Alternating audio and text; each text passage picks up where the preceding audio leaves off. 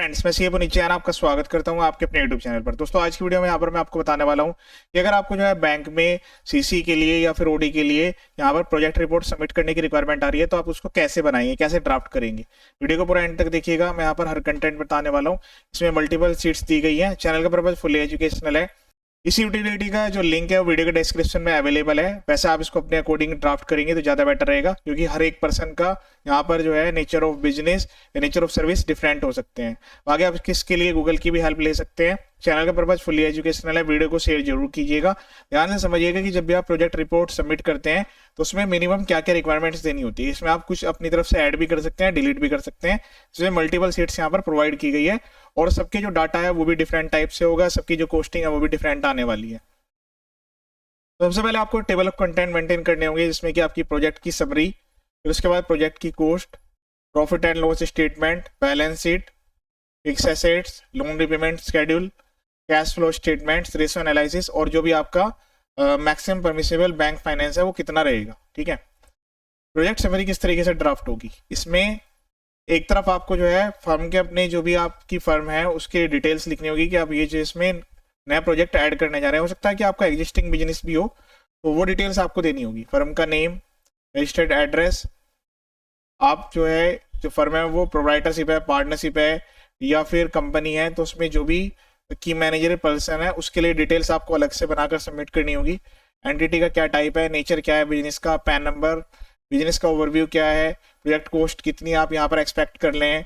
उसके अलावा जो फाइनेंस है आप खुद से कितना यहाँ पर अपनी तरफ से कैपिटल इंट्रोड्यूस कर रहे हैं और बाकी आप जो है कितना बैंक से रिक्वायर्ड कर रहे हैं। रेट ऑफ इंटरेस्ट आप कितना एक्सपेक्ट कर रहे हैं।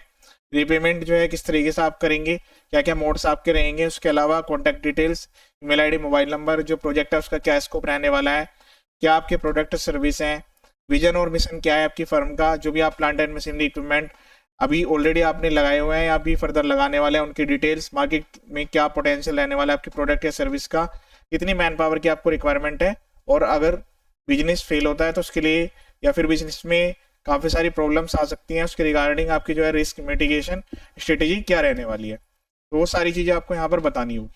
एंड उसके बाद प्रोजेक्ट कॉस्ट तो एस्टिमेशन बेस है। बिल्डिंग के लिए कितना, प्लांट एंड मशीनरी के लिए कितना, फर्नीचर के लिए कितना है, वर्किंग कैपिटल कितनी आप रिक्वायरमेंट है, अपना कितना कंट्रीब्यूशन रहेगा और बैंक से आप कितना फाइनेंस एक्सपेक्ट करते हैं। एंड उसके बाद profit and loss statement. Profit and loss statement में सबसे पहले आप रेवेन्यू जो भी आपकी सेल्स है वो मेंशन करेंगे। इसके बाद आपको जो है इसमें से लेस करना है कॉस्ट ऑफ गुड सोल्ड। इसके अलावा ये जो बेसिक डिटेल्स है तो आप ले सकते हैं, बाकी कुछ और भी आप अपनी तरफ से ऐड करना चाहें तो ऐड कर सकते हैं। Raw materials, direct labour, manufacturing overheads. तो इसके अलावा भी अगर कोई आपके एक्सपेंस आ रहे हैं या हेड्स हैं तो उनको भी आप ऐड कर लीजिएगा। ठीक है। एंड उसके बाद यहाँ पर जो है इससे आपका जीपी जनरेट हो जाएगा, ग्रोस प्रॉफिट का रेशो आप सेल्स से निकाल के यहाँ पर सबमिट करेंगे। देन उसके बाद आपके ऑपरेटिंग एक्सपेंस, जैसे कि आपका रेंट है, सैलरी एंड वेजेज है, मार्केट एक्सपेंस है, कोई अदर एक्सपेंस है, या इसके अलावा मिसलेनियस एक्सपेंस करके भी आप यहाँ पर सबमिट कर सकते हैं। तो उससे यहाँ पर आपकी जो डिटेल्स आएगी वो आएगी earning before interest and tax. Then उसके बाद डेप्रिसिएशन आप यहाँ पर एंटर करेंगे। अपने जो भी फिक्स एसेट्स लगाए हुए हैं उनका जो डेप्रिसिएशन है वो मैनुअली आप यहाँ पर ऐड करेंगे। देन उसके बाद earning before interest and tax आएगा। उसके बाद जो इंटरेस्ट आप पे करेंगे वो आपका एक्सपेंस है, वो स्पेशली आपको अलग से दिखाने की रिक्वायरमेंट आएगी। इसके बाद आपकी अर्निंग आ जाएगी बिफोर टैक्स। देन जो एप्लीकेबल टैक्स रेट्स है उसके अकॉर्डिंग आप कैलकुलेट कर लीजिएगा। अगर प्रोप्राइटर फर्म है तो उसमें यहाँ पर जो है आपको एक्स्ट्रा स्लैब का बेनिफिट मिल जाता है, बाकी कंपनी उसमें फ्लैट लगेगा। अगर फर्म है तो उसमें भी फ्लैट टैक्स एप्लीकेबल रहने वाला है। तो ये जो डिटेल्स है ये भी पर्सन टू पर्सन जो है वो डिफरेंट रहने वाली है, तो आपको जो है अपने अकॉर्डिंग इसको मैनेज करना होगा। फिर प्रॉफिट एंड सेल्स रेट, ध्यान रखिए जो आपका जीपी और एनपी है वो यहाँ पर इंक्रीजिंग ऑर्डर में होना चाहिए।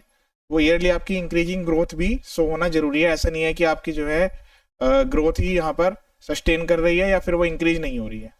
दैन उसके बाद बैलेंस शीट, तो बैलेंस शीट के मिनिमम पर्टिकुलर्स है। एक साल की अगर आपकी कोई प्रीवियस ईयर की ऑडिट है तो वो भी आप इसमें इंक्लूड कर सकते हैं। ऑडिटेड फिगर है आपके पास बैलेंस शीट है तो वो जो आपकी फिगर्स आएगी वो फिक्स आ जाएंगी कि आपकी जो है इक्विटी कितनी है, इक्विटी एंड लायबिलिटीज आपकी फर्म के रिगार्डिंग कितनी है। उसमें करंट लायबिलिटीज अलग दिखानी है, नॉन करंट लायबिलिटीज आपको अलग से शो करनी है। ठीक है। इसमें आप अदर लाइन आइटम्स भी ऐड कर सकते हैं, लेकिन फॉर्मूला का आपको ध्यान रखना है कि इसकी वजह से कोई मिसमैच ना हो जाए। देन उसके बाद एसेट्स, इसमें दो कैटेगरी होगी आपकी, current assets and non current assets. तो वो डिटेल्स आप यहाँ पर देंगे। टेंजिबल और इंटेंजिबल एसेट्स भी अलग से आप कैटेगराइज कर सकते हैं। एंड उसके बाद फिक्स एसेट्स शेड्यूल, तो आपको दिखाना होगा कि भाई आपकी जो फिक्स एसेट्स है वो क्या क्या रहेंगी बिजनेस में, और उसमें डेप्रिसिएशन भी आपको जो है खुद से कैलकुलेट करके रेट जो है वो इनकम टैक्स के हिसाब से लिए गए हैं, ये आपको क्लियरली मेंशन करना होगा। देन उसके बाद लोन की रिपेमेंट, की जो लोन की रिपेमेंट है वो किस तरीके से होगी, तो डायरेक्ट आप जो है गूगल से इसको कैलकुलेट कर सकते हैं। इसमें जो है आपको इस चीज का ध्यान रखना होगा कि जो आपकी सीसी है और जो टर्म लोन है दोनों के रिगार्डिंग अलग अलग आपको एंटर करनी है डिटेल्स। अगर आपका जो है केवल आप सीसी ले रहे हैं तो फिर सीसी की डिटेल्स आएगी, अगर आप टर्म लोन ले रहे हैं तो टर्म लोन की डिटेल्स आएगी, ठीक है। रेट ऑफ इंटरेस्ट को भी आपको एज्यूम कर लेना है, 10-11% या हो सकता है 12%, तो डिटेल्स आपको अलग से लिखने की रिक्वायरमेंट आएगी, ठीक है। उसके बाद नेक्स्ट शीट में आपको जो है कैश फ्लो बताना होगा कि आपकी जो फर्म है वो किस तरीके से कैश फ्लो जनरेट करेगी, ठीक है। तो इसके लिए भी आप जो है ये जो फिगर्स आई हुई है सारी की सारी प्रीवियस फिगर्स है जो आपकी प्रॉफिट एंड लॉस अकाउंट और बैलेंस शीट्स में फिगर दी गई है, कोई इसमें अलग से नई फिगर मेंशन नहीं है, ठीक है। देन उसके बाद रेशियो एनालिसिस, तो 3 रेशो तो यहाँ पर मेंशन किए गए हैं, बाकी आप एक बार बैंक से कंफर्म कर सकते हैं कि उनको फर्दर और कितने रेशो का एनालिसिस की रिक्वायरमेंट है, ठीक है। तो कुछ रेशो हैं वो आपको एक बार चेक कर लेना है, कंफर्म करना है, उसके बाद ही ये डिटेल्स जब चेक हो जाए उसके बाद ही सबमिट करेंगे फाइनल। देन उसके बाद ये ऑटोमेटिकली कैलकुलेट हो जाएगा जो भी आपने फिगर एंटर किया है। इसमें भी डायरेक्ट लिंकिंग है कि आपके जो है मैक्सिमम परमिसिबल बैंक फाइनेंस की लिमिट कितनी बन रही है, उसकी कंप्यूटेशन जो है वो ये यूटिलिटी में ऑटोमेटिकली है।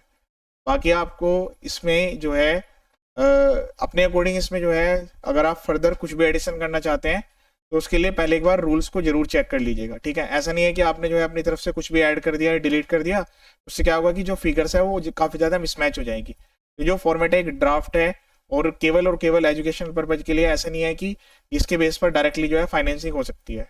इसमें जो है आपको अपने प्रोजेक्ट के अकॉर्डिंग सारी चीज़ें मेंटेन करने की रिक्वायरमेंट आएगी। ये था लेटेस्ट वीडियो, बाकी अदर वीडियोज भी मेरे यूट्यूब चैनल पर अवेलेबल है, जीएसटी और इनकम टैक्स से काफ़ी सारी वीडियोज अवेलेबल है, हर टाइप के नोटिस के रिप्लाई, और अगर ऑर्डर जारी हो गया तो अपील कैसे फाइल करेंगे सब कुछ यहाँ पर वीडियोज में बताया गया है। ये वीडियो देखने के लिए थैंक यू सो मच।